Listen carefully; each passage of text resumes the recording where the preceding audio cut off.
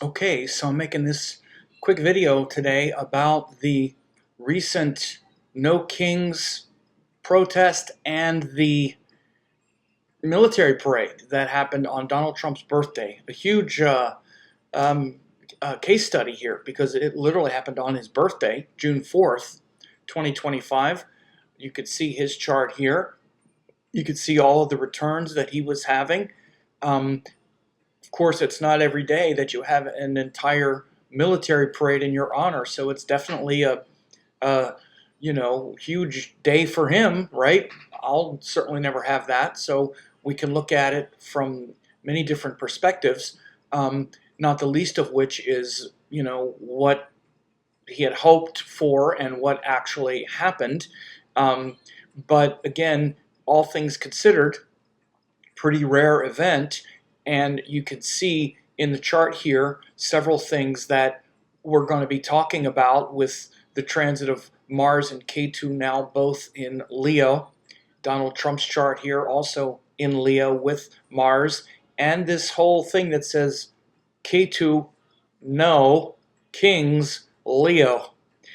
So this was happening. We both had someone who was wanting to be feted as a king, basically, and a country saying no.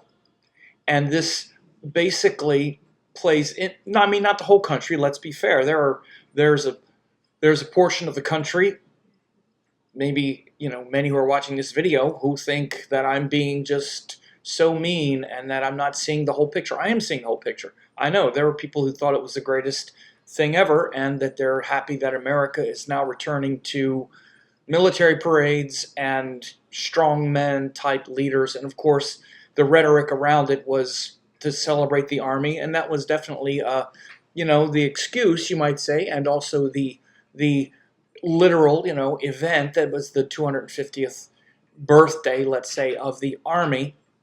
But there's a lot of ways to do that, and so again, aside from anyone's personal politics about this, the event is what it was, and I'm going to be talking about, I'm going to go over this is sort of a revised list of the previous Mars and Ketu in Leo video that I did. But I'm also really highlighting the fact that we have this Rahu in Aquarius, Ketu in Leo now. This is for all of us. And what we're seeing, and this is why you hear me talk about the Rahu end of the node, is really the one that in many ways draws so much attention. Because what we really saw with that Rahu in Aquarius is the people. This was just a brilliant case study and dramatization of Leo, which is a strong leader, someone who fashions himself a king, in modern pejorative terms, a dictator, someone who, sees himself as a strong man, which would be the Leo quality. Whether or not he is really a king or a benevolent king is, not really up for grabs. That's what the symbol is. And Aquarius is the people. Leo is the king, and you might say, aside from a king, the centralized government, the power of government is Leo, and the people are Aquarius. That's just standard astrological interpretation 101. And you could see what happened in this context is really only one person wanted to do this, and that was Donald Trump. And I guess certain percentage of people in his party, in his, I'm resisting to say the word cult, but that's kind of what it is. Most people in the government, in the cabinet, in the military, no one else wanted to do this. No one. He wanted to do it. And of course, because he now fashions himself as he gets to do whatever he wants, in spite of everyone's pushing back, except for the sycophants around him going, "Oh yes, dear leader, this is going to be great." Everyone else was like, "This is completely unnecessary," including all the Republicans. Like, no Republicans in the House or Senate, no No Republicans in Congress went. No one from his own party really went, except the people he ordered to go. There were no, where was Lindsey Graham and, all the other people that loved Trump in the government? They were nowhere to be found, right? He wanted it, and it was a dud. And it was certainly a dud in comparison to the protests, because it's pretty obvious, and in fact, we now know that the protests were probably the largest protests ever in U.S. history. 2,100 different cities had protests, estimated 4.2 million people. That's roughly 1.5% of the population turned out to say no. It was a huge rebuke of this idea. Now, again, it doesn't mean that other people didn't like it, or that it didn't have a modest amount of success, and that there wasn't something to be gained from it patriotically or whatever. But aside from, take all of that bias out, what was clear in the optics, and even if you see any videos of it, there was not very big crowd. Trump himself looked tired, and he fell asleep, and it was very low energy compared to all the energy of the protests. So again, this is all very much Mars, Ketu in Leo energy. I'm sorry, and opposite Rahu in Aquarius, where Aquarius is the people. And for Donald Trump, it's in his 7th house. This is his chart, and this is the chart of this day that just happened, June 14th, 2025. Rahu in his 7th house, where the people are reflecting back, we don't like this. And they're basically saying, we don't like you as an authoritarian.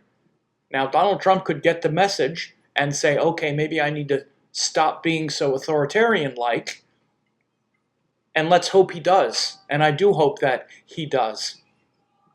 So, but it's not just what happened with Donald Trump. Since Mars and Ketu went into Leo, huge things have been happening, which I'm going to read through here in a second. Let me also just make sure, though, that I do some homework or some, plugs here. If you haven't gotten this Rahu and Aquarius web class yet, go ahead and do it. It's free. You can go there. You'll see the link under here. I talk about these shifts and changes for all 12 signs, and I talk about all kinds of things relative to this Rahu and Aquarius shift. Selfies to selfless, where we're less about the selfie Leo and the selfless Aquarius. Collective identity. Look at what we're talking about now. This is the collective identity.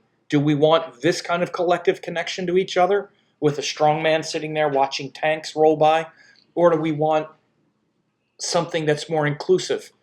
And by the way, a lot of the things that have been happening that spurred on the protest as well had to do with overreach in our communities with immigrants and things like that. But also things like, on this web class I talked about, the encroaching AI complications, and a lot of case studies from the last several times that Rahu went through Aquarius. And by the way, this is a time when the Soviet Union fell. We had these kinds of things happen. It was 2 cycles ago when Rahu went through Aquarius. So it's free to register. You can also get a quick 15-minute update where I look at your chart for these 3 major shifts: Saturn moving to Pisces, Jupiter in Gemini, and these nodes shifting in this Aquarius-Leo axis. And also, if you're looking for a 60-minute consultation, I'm actually doing them. I don't usually do them, but I am doing them at this point right now. So let's read through this, because since Mars entered Leo on June 5th, we've seen a dramatic spike in bold, combative, and performative power moves. Israel has attacked Iran, and Iran has attacked back, leaving the Middle East in flux. This is probably the biggest news story, frankly, beyond what we're doing in America, which affects the globe, and which is unprecedented, incredibly dangerous, and could lead to a gigantic war in the Middle East. Iran is a huge country. Israel attacking Iran and now Iran firing back. You could see other countries drawn into the fray, perhaps America, on the verge if our soldiers get attacked there. Israel has Iron Dome. Our soldiers don't in bases around, in the Middle East. If Iran attacks U.S. soldiers, pulls us into the war. Again, why now? Okay, well, you could see astrologically this Ketu Mars now. This Ketu Mars, very much about explosion of individuality, and simmering hostilities explode. Those of you who know and who got my 2025 forecast knows that this time of the year, this is what I was talking about when Mars finally goes into Leo. It's really the time to be careful because we're ready to kick ass and take names later, because Mars has been weak going through Taurus, Gemini, and Cancer for the last year. So he's now finally strong after being quite subdued for more than a year. So you're seeing now these explosive events, which includes things like in Los Angeles, we now still have U.S. Marines deployed following heated deportation protests, raising serious concerns about military presence in civilian life. Again, you have to understand something. I live in California. We elected Gavin Newsom as governor, not Donald Trump, not Kristi Noem, who was the governor of South Dakota, to come in and manage law enforcement. There's no reason to have the California National Guard federalized. There's definitely no reason to have Marines on the street. This is an absolute clear overreach, and it's illegal. This is why it was challenged in court. It was thrown out.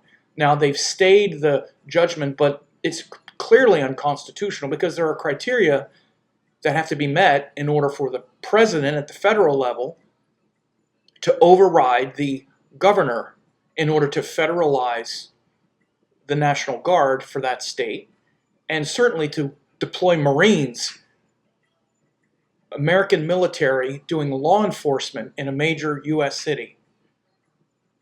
You want to wonder why people call Donald Trump a wannabe dictator, fascist? This is what it looks like. Let's be very clear. That's what this is. It's illegal, unconstitutional. The criteria was not met. There was no call for the governor to ask the president to federalize these. It was done against the will. And if he didn't know it before, he knows it now, so he could just withdraw them, and he doesn't. Did you see the speech of Kristi Noem when she came here and was talking about how the governor of California destroying America with all these these socialism in California destroying America? She's a governor. She was the governor of South Dakota. What is she doing here? California doesn't need her here or anybody, any of them here. It's a simple law enforcement matter. They were just protests. It wasn't riots.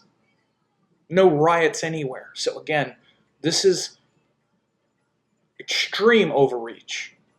And again, we have this federal and state authorities in this country. For example, if you love everything going on with Trump and with the conservatives, and you think, for example, that the Supreme Court should have overturned Roe v. Wade so that abortion isn't a national right, the pretext for that was because it should be a states' rights. Each state should get to decide whether abortion is legal in their state. Okay, if you agree with that principle, then you have to agree with the principle that it's a state situation to handle their law enforcement. This is just law enforcement.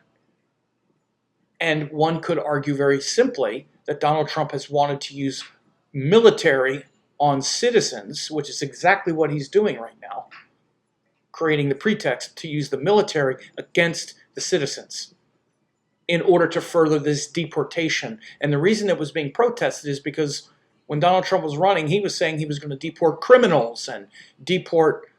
That's not what they're doing. They're going into schools, into churches, into 7-Eleven, Home Depot, chasing people out of fields, people, law-abiding residents. Now, again, there's a mechanism for that. And people are protesting that. And not just in California, by the way, all over the country. And not just in blue states. So again, this is extreme. That's what's being protested. Stop terrorizing, grabbing people out of cars, putting them into unmarked vans. These ICE agents aren't even identifying themselves. They're acting like plainclothes people walking around and then grabbing people. So this is what's happening. So the protests in LA were protesting that, and it was under control. So again, this huge overreach, and then I already wrote the things about on his birthday and the Army's 250th anniversary, featuring thousands of troops, tanks, aircraft, along with a thinly veiled threat. Don't forget, he said last week that if you show up at his parade and protest, they'll be met with very heavy force. Any protesters protesting his birthday party, 250th anniversary of the Army parade. So again, but in true astrological fashion, this protest was dwarfed by the largest day, or this parade was dwarfed by the largest day of protests in U.S. history. 2,100 separate protests all over the country. Estimated 4.2 million people, that's 1.25% of the population, came out to say no kings. No equals Ketu, kings equals Leo. And you could take it further, no dictators, because that's what Mars would be. Mars in Leo is the potential for dictatorship, where you're using the military as law enforcement, where you're using the military to seize power. Because Mars is the military, Leo is the state. We don't have a military dictatorship in America yet. It's very dangerous times right now with what he's doing. And by the way, he's already also gone back now. I don't have the time to talk about how much he's just in utter disarray, but he went back and said, oh, you know what? We're going to have to stop rounding up these immigrants who are working in the fields and who are doing all these labor jobs, because business leaders have been telling me that we really need those people to do jobs. Yeah, genius, like everybody has been saying. He ran on the idea that he was going to round up criminals and ship them out because they're bringing drugs and they're rapists and all this stuff. That's not what's happening, because there's not enough of them. There's not that many people, illegals, who are doing this invasion that he talked about. It was lies and hyperbole. Most immigrants are working day to day in your life. And by the way, those of you who don't live in a border state or city, I lived in California for more than 20 years. I live in San Diego, about 20 miles from Mexico. They're everywhere. Immigrants, or whatever you say, are doing all kinds of jobs in all stores and in many, many places. Our economy is based on their work. And again, this guy is destroying the economy with tariffs and all kinds of other ill-conceived policies, including if he starts trying to ship all these immigrants back, who's going to do the labor that Americans aren't doing? So again, it's all very ill-conceived. This case study, though, is more about reinforcing this truth. And it's a great case study because on his birthday, he thought he would have this, he would force this on everyone like a king. I mean, Donald Trump is acting like he's a king. This is not some wacky astrologer making things up. He absolutely acts like the law doesn't apply to him, and maybe you like that. A lot of people in his cult of personality and in his party like that about him. He just does what he's going to do it, whether you like it or not. Okay, that's called king or dictator. And most Americans, even most of his voters, don't like it. We have the polling, and he's going to do it anyway. Just like in this case. And look at what happened. By the way, I think one of the reasons, if you look at the parade, the soldiers, it looked to me like they were purposefully dogging it. Because those soldiers could march in strict formation and upright. These are trained soldiers. They know how to march. They have drill sergeants. And these lieutenants and these drill sergeants know how to get these soldiers marching in, attention with rifles and pointed and saluting and all this. They didn't do any of it. They didn't do any of it. Watch them marching. They're like just walking down the street. They're not even looking at him. He wanted a North Korea goose step style of marching with bayonets and crisp salutes and him crisply saluting, and it wasn't nothing like that. The troops just they dressed up in period uniforms, and then they just kind of walked. They were just kind of walking. They weren't even marching. They weren't in pressed uniforms. They were in fatigues. They just kind of looked over. A few might salute, but most of them didn't even look at him. I think the military punked him. It's like, okay, you're going to force us to do this. We'll bring out the tanks. We'll do this stuff, but we're just going to make it look embarrassing so you don't try this again. That's what I think happened. I bet he's not going to do it again. So again, what a case study on his birthday. And you can see all of these transits. Mars come back to his natal Mars is at 3 degrees, 40 seconds. Mars in the sky was at 4. It was within 1 degree. This was a huge Mars return. Also, solar return, of course, 29. Even his Mercury was returning. But again, this Rahu going through his 7th house, he's always fashioned himself to be the king. And the thing that brings the king down is this harsh reality that you're just like everybody else, dude. You're just like everybody else. Maybe in your world, you're the big, strong, tough, smart one. But to the rest of us, you're just like everybody else, at least most of us. And even, even that Leo part of all of us, or people who have a Leo ascendant, one of the harsh realities is that notion and that awareness that they're just like everybody else. No, I'm the special one. So this was quite a wake-up call, and it's so specific. No equals Ketu, Kings equals Leo. Ketu is the no, the rejection. Ketu is where we reject. Rahu is yes, this thing. Yes, I gotta get some of this. So with Rahu going through Aquarius now, we are all unwinding our karma. Our karma is unwinding from the previous sign of Pisces. And I talk about that on this free web class.